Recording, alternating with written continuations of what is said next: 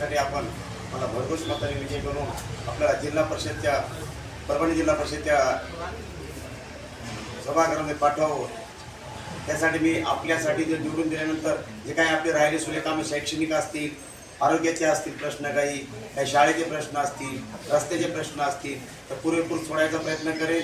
आणि तुम्हाला विनंती आहे माझी की सगळ्यांना तुम्ही आतापर्यंत 30-35 वर्ष मतदान केलं। माझी एकदा विनंती की माझ्यासारख्या गरीब माणसाला एकदाच निवडून द्यावं, तुमची सेवा करण्याची संधी द्यावी। तुमचा नोकर म्हणून तुम्ही माझे मालक म्हणून माझ्याकडे बघाल, तुम्हाला निवडून द्यायला अशी अपेक्षा करतो। जय महाराज। शिवसेनेतून आले तुम्ही का तर एमआयएम संघ स्वयंस्वार्थ हटला,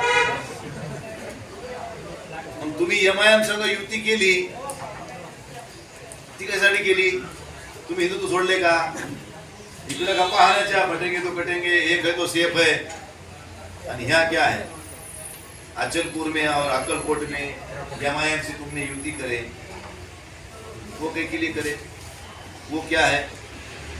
म्हणजे दुसऱ्याचं कार्टन आपलं सोन्या, दुसऱ्याचं घ्यायचं आपलं घ्यायचं झाकून, दुसऱ्याचं बघायचं वाकून, अशी नीती ही भाजपची आहे। म्हणून ह्या भारतीय जनता पार्टीच्या लोकांना त्यांची जागा दाखवणं आता हे मित्रांनो काळाची गरज आहे।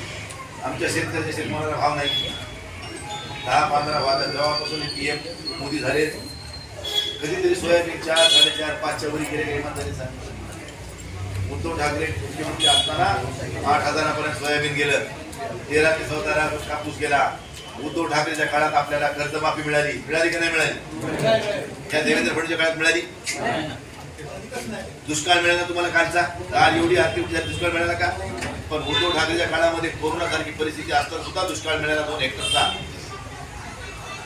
सर्वसामान्यांच्या हिताचं काम करण्यासाठी त्याला जातीवंत माणसं लागतात, आणि त्याला असं म्हणतात तुका म्हणे येते पाहिजे जातीचे येड्या गाबाळ्याचे काम नव्हे। आणि शेतकऱ्याविषयी आपल्याला काय पाहिजे वाटत असेल तर अशाच चिन्ह समोरचं बटन दाबून या तिन्ही उमेदवारांना निवडून द्यावं अशी पैसे देऊन मत